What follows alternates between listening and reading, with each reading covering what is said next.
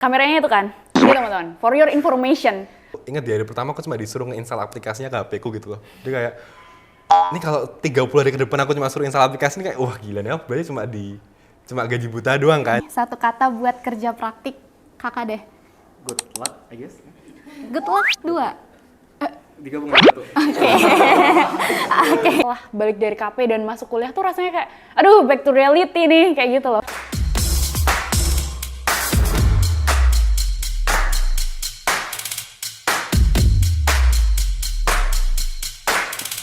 Halo Tetizen, selamat datang di Kata Mahasiswa Teti edisi Cakep-Cakap 2025. Yeay! Seneng banget nih akhirnya hari ini kita bisa kembali lagi duduk dan ngobrol santai bareng kakak-kakak kita yang super menginspirasi kita dari The Teti. Nah jadi kali ini kita bakal ngobrol bareng nih, bakal ngulik tentang pengalaman kerja praktik dari kakak-kakak kita yang mana udah terjun langsung nih ke dunia industri. Tapi sebelum kita mulai, kita kenalan dulu dong. Halo semuanya, kenalin aku Nana. Aku di sini bakal nemani teman-teman selama sesi cakap-cakap kita hari ini. Langsung aja kita sambut kakak-kakak kita yang super keren yang menjadi narasumber kita hari ini. Oke, mungkin dari aku dulu ya. Halo, kenalin, nama aku Gavin Ramahita. Bisa dipanggil Gavin, aku merupakan mahasiswa dari Prodi Teknologi Informasi tahun 2022. Kenalin aku Brandon Rafael Lovlino, aku juga mahasiswa IT 2022. Halo semuanya, aku Barbara Neanake, biasa dipanggil Barbara, dan sama kayak dua teman keren di sampingku, aku mahasiswa IT angkatan 2022. Nah, biar kita lebih akrab lagi nih sama kakak-kakak kita yang keren ini, aku mau tahu dong cerita singkat tentang diri kalian, terus kalian waktu itu KP-nya itu di mana dan sebagai apa gitu. Mulai dari Kak Barbara deh boleh. Oke, mungkin aku dulu ya. Aku, background diri dulu nih ceritanya. Oke, aku mahasiswa IT. Sebenarnya aku banyak bergeraknya di bagian software kalau di IT-nya sendiri. Aku ambil banyak matkul pilihan di bagian software. Dan aku selama KP, selama kerja praktik, aku di PT Telkom Indonesia, kantor pusat Jakarta. Kantor Jakarta Pusat. Tepatnya di bagian divisi Digital Connectivity Service. Jadi mengurus produk-produk servisnya PT Telkom Indonesia. Oke, kalau dari kakak? Boleh. Iya. Kalau dari aku sendiri, backgroundku, aku lebih condong ke bagian website design, walaupun ke digital. Namun demikian, biasanya lebih sering ke UI UX kayak gitu. Namun demikian juga kadang-kadang sempat megang media kayak contoh dalam buat IG kayak gitu. Dan waktu kemarin aku kerja praktik, aku ke bagian di Kreatif Jakarta, secara spesifik di Kawajanan atau bisa dibilang divisi pengkritik. Dan kebetulan untuk KP-nya ngapain aja itu merupakan kayak bisa dibilang nge-produce apa. Kalau Kak Brandon? Oke, kalau aku lebih condong ke software engineering, terutama website development. Tapi aku juga suka AI engineering. Terus kemarin ketika aku KP di GDP Labs Indonesia, itu kantor pusatnya di Jakarta. Tapi aku ikut kantor yang di Jogja biar bisa hybrid sambil kuliah. Keren banget ya teman-teman. Nah, jadi langsung aja nih kita mungkin masuk ke pertanyaan-pertanyaan utamanya ya. Karena tadi kakak-kakak udah keren-keren banget nih di company yang keren-keren juga. Aku mau tahu dong, kakak-kakak itu tahu lowongan kerja itu dari mana nih? Dari kakak Gavin boleh? Ya. Kalau dari aku kebetulan ada teman, salah satu kolega yang di mana juga kan kita berbicara kamera. Kebetulan karena divisi itu kan sebenarnya tuh dia udah sempat magang di situ nih. Kebetulan jadi fotografer itu. Nah ternyata kalau dengan tadi juga nge-handle bagian IT-nya dan kebetulan karena bisa dibilang kalau dokumentasi kan makan sore-sorenya ya, let's say kayak gitu. Nah mereka tuh kayak tiba-tiba udah bengkak nih sekitar 20 tera atau gimana, dan mereka kayak perlu server yang lebih gede biar bisa nge-store. Dan waktu itu kebetulan juga kepikiran kenapa nggak sekalian buat satu karton dibuat satu server terpusat gitu buat data gitu. Kalau Kak Brandon? Kalau aku punya temen namanya Ananta kan. Dia itu anak kompetitif programming kan. Dia itu kalau lomba-lomba kemana-mana gitu, dan dia itu waktu mewakili UGM, dia itu kan pelatihan tuh nama mentornya tuh karyawan GDP Labs. Terus kayak ada, karena mereka ngomong-ngomong, terus dia Ananta juga jago, mungkin Ananta ditawarin kerja kan. Terus ya aku ditarik aja sama Ananta gitu. mau ikut atau enggak aku ya milih ikut aja. Kak Barbara gimana nih? Kalau aku sendiri sebenarnya aku tahu ada lowongan di PT Telkom Indonesia karena beberapa kali ikut seminar KP-nya Kating. Jadi kayak dari situ kan jadi tahu kayak kira-kira perusahaan mana aja sih yang akan annual buka KP untuk tahun-tahun selanjutnya. Dan kebetulan PT Telkom Indonesia ini punya alumninya Teti yang juga berposisi lumayan tinggi lah sebagai manajer di DCS atau Digital Connectivity Service ini. Nah, mulai dari situ aku kontak Kating yang sebelumnya KP juga di situ, barulah dapat kontak si manajer yang juga alumni ini, dan kemudian aku kontak, prosesnya cepat. Karena mungkin aku kontaknya awal ya, aku kontak tuh mungkin September aku udah kontak, terus diminta lagi kontak ulang tuh sekitar November Desember, baru kemudian langsung diproses untuk surat tugasnya. Jadi relasi itu sangat-sangat penting ya Kak ya. Ya.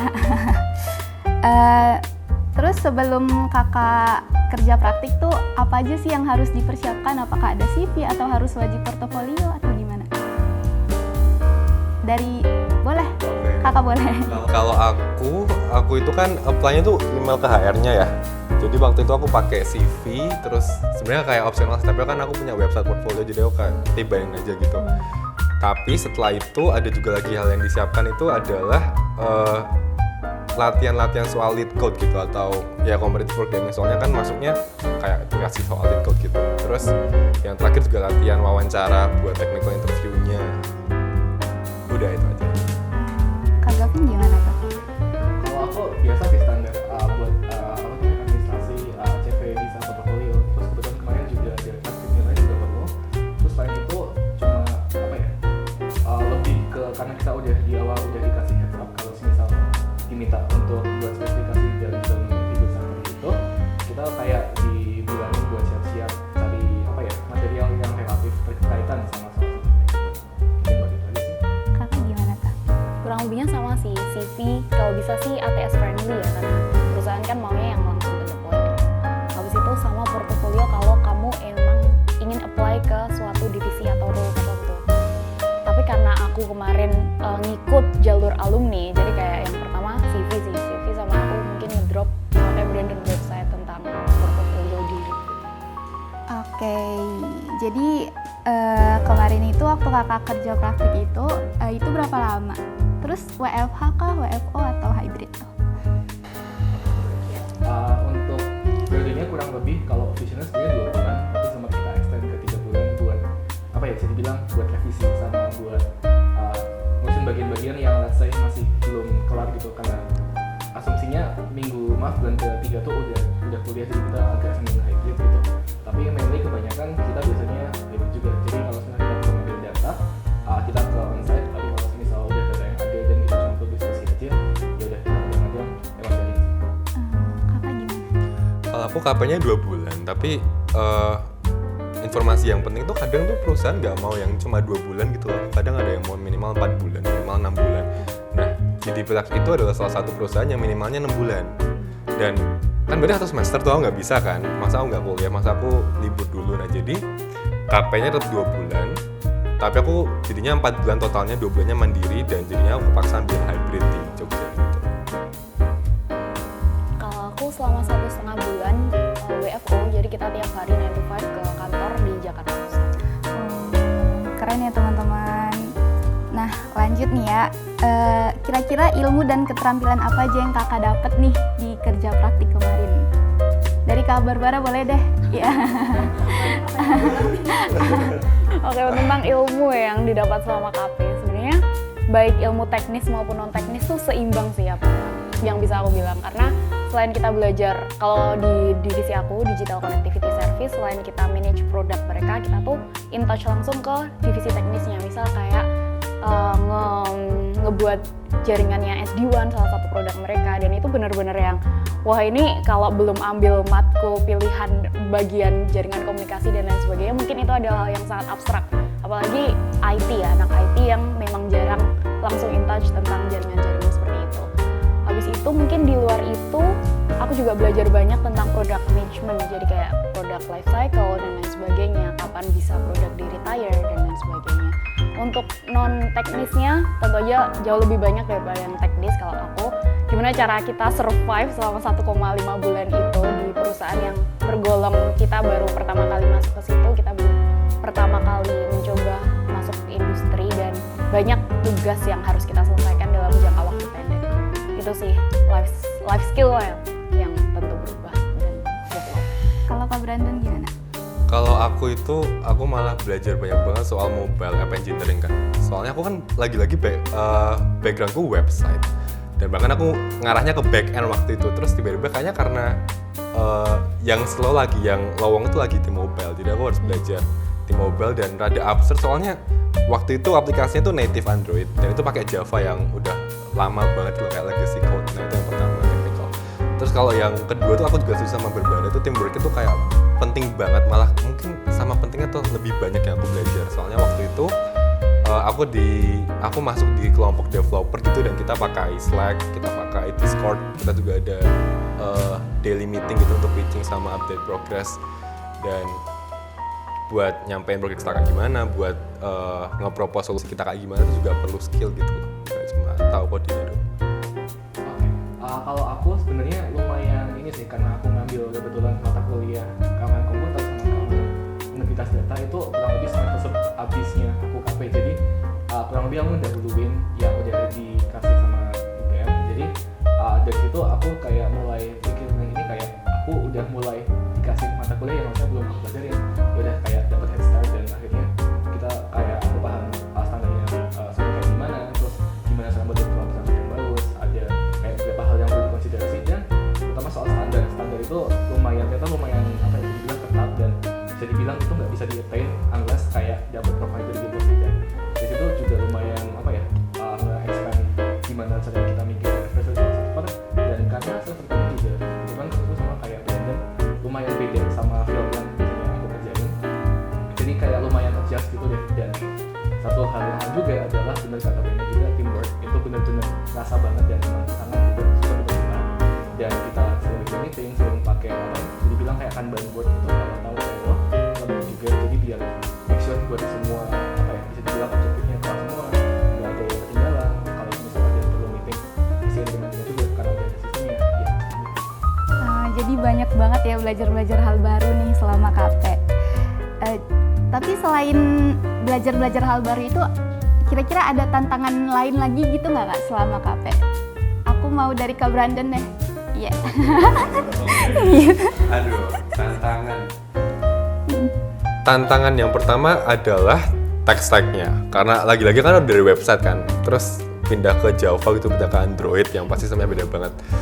Terus aku rasa yang lebih gede itu tantangannya adalah tantangan pressure. Soalnya yang pertama itu kan 2 bulan pertama sangat nice, sangat mulus. Soalnya kan nggak ada kuliah, nggak ada, pokoknya ya kerja aja full. Tapi kalau 2 bulan berikutnya yang udah hybrid sama aku tuh mulai keteteran. Soalnya ada Sempro, terus kayak ada kuliah di tengah. Aku waktu itu ambil mata kuliah computer vision, aku nggak pernah datang. At least aku datang, tapi selalu keluar kelas. Kayak buat daily meeting gitu kan, kayak berapa 45 menit, jadi aku nggak pernah datang kelas computer vision. Terus itu mulai kerasa pressure juga di kuliah. Terus kalau pressure di perusahaannya adalah kan aku kemarin di divisi ya Coca-Cola gitu kan, aplikasinya untuk Coca-Cola, dan aplikasi ini tuh ada issue tiap hari dan mereka pengen di fix as soon as possible gitu loh. Dan jadi kayak aku tuh kadang takut kalau senior kasih tugas ke aku karena berarti dia expect aku udah selesaiin hari itu gitu. Jadi ada pressure buat you have to do it today. Kamu nanti harus deliver di jam 12 nanti, deliver apa yang kamu propose, apa yang kamu suggestion gitu. Udah sih, itu aja sih. Kalau dari Kakak? Oke, kalau dari aku karena kebetulan kebanyakan apa ya, abdi dalamnya Karton tuh kebanyakan udah pada sepuh ya. Jadi aku kayak perlu ngasih adjustment buat cerita atau buat mensurvey data. Jadi kan kalau saya kan otomatis kita nggak bakal lupa sama apa ya, ukuran dari datanya kan. Nah, jadi aku nggak bisa langsung bilang kayak Mbak, ini storage-nya kira-kira berapa giga untuk 1 minggu gitu kan, agak nggak mungkin gitu. Jadi akhirnya kita kayak nanya kayak storage masuk keluar dia berapa, terus nanti kita estimasi sendiri. Misal let's say 1 PDF 2 MB or something, terus dikali frekuensinya, terus nanti kita buat growth-nya by year gitu. Selain itu sih, so far masih aman ya. Mungkin kayak sama kayak yang tadi juga kayak bisa dibilang pressure-nya juga kerasa karena apa ya, di satu sisi pernah di compare. Jadi sebenarnya ada 2 tim yang harusnya bisa magang di tempat itu tapi sengaja dipilih yang dari kami karena bawa nama UGM dan kebetulan di situ kayak aduh oke ya, jadi lumayan ada pressure-nya buat harus bisa gitu. Mungkin dapetnya kayak gitu sih. Kakak gimana tuh? Challenge ya, kalau challenge sih sebenarnya mungkin ini general ya, semua orang yang KP pasti pernah mengalami. Setuju sama Brandon sama Gavin, tapi di luar itu yang paling utama challenge-nya adalah belajar hal baru. Itu beneran yang takes time banget, apalagi kalau di tempat aku KP kemarin, kita tuh selama 1 bulan pertama muter, jadi nggak stick into satu divisi, tapi beneran diputer. Dan aku pernah masuk yang ke jaringan itu, terus aku akhirnya menetapkan pilihan ke yang product lifecycle management itu. Baru setelah itu aku juga pernah muter ke divisi yang tentang data, jadi kayak kita manage data mereka, bahkan dapat kesempatan juga lihat data centernya Telkom, dan banyak banget yang perlu dikuasai. Apalagi kalau misal kita udah masuk ke suatu divisi tersebut, kita harus belajar dalamnya kan. Waktu itu kalau tech stack oke lah banyak, dan memang susah sih kalau Java yang lama-lama. Nah kalau aku belajar Tableau. Itu bener-bener kita di UGM tuh nggak pernah diajari Tableau sama sekali, dan tiba-tiba waktu KP harus belajar Tableau, datanya di Tableau semua, dan harus bisa ngerepresentasikan data yang ada di Tableau itu. Jadi emang perlu belajar dalam waktu singkat, itu adalah challenge yang terbesar sih. Oke, lumayan banyak ya teman-teman challenge-nya. Nah tadi kan kita ngebahas challenge nih, sekarang kira-kira momen favorit apa nih yang kakak jalanin selama KP? Dari kakak boleh. Kalau aku sendiri ya, jujur itu tiap kali aku berdiskusi sama teman-teman yang dari kedua tadi, itu salah satu yang bisa dibilang malah kayak bonding gitu. Dan aku ngerasa walaupun aku udah kenal dari fase pertama ya, itu kayak makin lama kayak wow oke, dia masih banyak sisi yang aku belum tahu. Terus selain itu kebetulan aku nggak bisa disclose lokasinya ya karena agak doxing gitu. Cuman jadi ada satu bangunan di Jogja yang itu jadi tempat sementaranya teman-teman. Di situ tuh kebetulan ada yang nungguin. Nah, jadi tiap hari Selasa jam 3 sore, aku lupa, itu bunganya harus diganti. Aku lupa bunga apa, maaf banget. Cuman penunggunya nih sebenarnya baik, bisa dibilang baik. Karena maksudku, aku beberapa kali gathering dan beberapa kali rapat juga di situ, dan ya udah digangguin selama nggak aneh kan, aman-aman aja ya, gitu. Nah, terus pernah suatu ketika temanku yang ngajakin aku KP ini bilang ke aku kalau pernah ada nih servernya tuh down kan, dan somehow yang di dalam yang biasa buat nganti bunga itu tiba-tiba kayak dapat insight gitu kalau problemnya tuh ada di suatu tempat, dan itu ditunjukin sama yang nungguin tadi. Kayak oke, sure gitulah. Jadi lumayan jadi bilang wow oke, baru pertama kali lihat, dan jujur asik ya, bukan asik sih, bisa dibilang kayak a new experience sih gitu. New experience. Ya, experience banget lah. Kalau Kak Brandon gimana tuh? Kalau aku yang pertama tuh ketika keterima. Jadi tuh kamu KP bulan apa? Sama kayak kan November, Desember nggak sih? Nah, aku baru mulai KP Januari. Soalnya kan prosesnya lama kan, jadi kayak ini kalau jadi pilih aku nggak dapet, aku kayak harus tahun depan KP-nya pas aku skripsi sekarang. Jadi kayak yang lain adalah saya KP, aku baru mulai KP. Bahkan mereka adalah saya KP, aku baru diumumin aku diterima. Jadi kayak lega banget, nggak usah menang tahun depan. Terus yang kedua itu adalah ketika aku mulai dipercaya, soalnya aku pikir banyak orang yang beranggapan kalau ketika kita magang di suatu tempat kita kayak langsung dikasih tugas gitu, kayak langsung berdampak. Tapi kayak nyata itu enggak banget. Aku ingat di hari pertama aku cuma disuruh nge-install aplikasinya ke HP ku gitu loh. Jadi kayak ini kalau 30 hari ke depan aku cuma suruh install aplikasi ini kayak wah gila nih, aku berarti cuma gaji buta doang kan. Jadi kayak nggak enak banget gitu loh. Dan ketika aku bisa provide solusi ke salah satu masalah yang senior tuh kayak ngindarin, soalnya kodenya kayak jelek banget, terus kayak karena aku masih muda aku spend waktunya buat baca gitu, dan akhirnya masalah itu dikasih ke aku. Jadi kalau kayak seneng banget gitu, soalnya lumayan gede, dan ya aku ngerasa aku masih dipercaya. Jadi seneng sih, salah satu momen yang penting adalah ketika aku ngerasa aku dipercaya dan dianggap sebagai tim yang lumayan seimbang. Asik. Kabar Bara gimana tuh? Kurang lebih sama kayak Brandon sih, titik dimana kita udah diberi kepercayaan sama manajer-manajer yang di atas. Waktu itu kebetulan buat background story ya, untuk yang teman-teman KP di Telkom angkatan aku tuh ada 3 tim total. Aku sama teman aku namanya Rani, terus ada 2 tim lain. Nah kebetulan dari 3 tim itu ada satu saat dimana kita diajak manajer-manajer buat ke Gatsu atau ke Telkom Tower, The Telkom Hub. Jadi itu adalah Telkom yang di daerah deket SCBD. Jadi itu tower utamanya Telkom Indonesia tuh di situ. Tapi yang dapat kesempatan cuma yang aku sama Rani karena mungkin mentor kita yang punya keperluan lebih banyak di sana. Jadi kayak ya dapat wow-nya di situ sih yang berkesan banget karena bisa menengok kehidupan korporat di SCBD itu, di tower Telkom itu. Walaupun emang kita di sana ada rapat sih sebenarnya, di sana ada rapat semacam konsolidasi gitu, konsolidasi tentang produk mereka dan kita dipercaya buat ikut rapat itu walaupun cuma bantu-bantu dikit tentang mungkin nge-summarize PPT-nya, aku juga disuruh ngebantu MC dan lain sebagainya. Cuman kan itu menjadi salah satu pengalaman yang bagus dan juga menurut aku cukup berkesan selama kafe. Seru-seru banget ya Kak. Oke, mungkin kita nih udah masuk ke sesi terakhir. Boleh dong kasih pesan nih buat teman-teman kita yang belum dan akan melakukan kerja praktik nih. Dimulai dari Kak Brandon deh. Pesan, aku rasa salah satu pesannya adalah jangan sia-siain KP. Soalnya itu bener-bener apa ya? Kita kan kuliah 4 tahun kira-kira kan, dan itu kan gak ketemu sama orang-orang di luar gitu kayak di UGM aja gitu di dosen. Tapi kayak kita punya waktu sekitar 2 bulan atau bukan ya beruntung 4 bulan untuk bertemu sama orang-orang yang bener-bener profesional di lapangan, bisa lihat how they work, bisa work sama mereka tuh kayak itu bakal eman-eman banget kalau nggak dimaksimalin gitu loh. Jadi coba cari yang sesuai passion sama kalian, coba cari yang dimana kalian bisa all out, bisa get the network sebanyak-banyaknya, dan kalau udah dapet ya all out ke sana aja gitu. Jangan ya terserah sih mau lomba-lomba atau enggak, semua orang punya energi masing-masing, tapi cuma menurutku ya kasih banyak banget ke KP gitu loh, karena ada networknya juga dan ada pengalaman real life di kantor juga. Oke, kabar Bara gimana tuh? Setuju sih sama Brandon karena kameranya itu kan, gini teman-teman, for your information, Teti itu padet banget, oke? Dalam berapa berarti? Kalian kan semester 6, 7, 8, sisa 3 semester lagi itu tuh nggak bakal bisa bisa sih kalau IPK kamu udah 3,9, tapi di luar itu susah banget buat kalian curi waktu full 6 bulan magang di tempat lain. Jadi maksimalin KP karena ini adalah kesempatan emas kalian buat ganti liburan kalian ke belajar lapangan di mana orang-orang lulusan Teti mungkin bergerak di bidangnya. Jadi ya bener, ini harus kalian manfaatin sebegitunya karena KP nggak bakal keulang lagi setelah balik dari KP dan masuk kuliah tuh rasanya kayak aduh back to reality nih kayak gitu loh. Jadi kayak beban-beban akademik lagi, nggak akan merasakan kehidupan yang benar-benar langsung in touch langsung dengan pekerjaan nyata gitu. Dan di samping akademik Teti yang sangat-sangat padat itu, di KP tuh sebenarnya nggak sepaneng itu kok.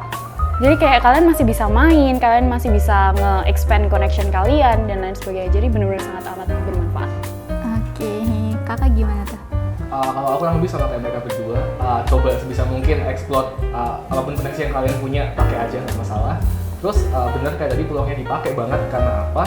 Betul, abis dari semester 6 tadi bakal lebih padat lagi. Jadi emang 2 bulan itu dan ataupun bisa lebih, thank goodness, itu pakai aja semuanya. Dan karena aku tahu UGM itu kayak kurikulumnya kayak textbook banget ya. Jadi it's a good thing buat kalian nyoba yang di luar tuh sekarang pada pakai apa sih, kayak lebih ke hands on-nya gimana. Karena maksudku banyak kayak teks yang sebenarnya nggak kayak diajarin, kayak seperti tadi bagaimana pakai dulu, ada yang benar pakai Java tiba-tiba.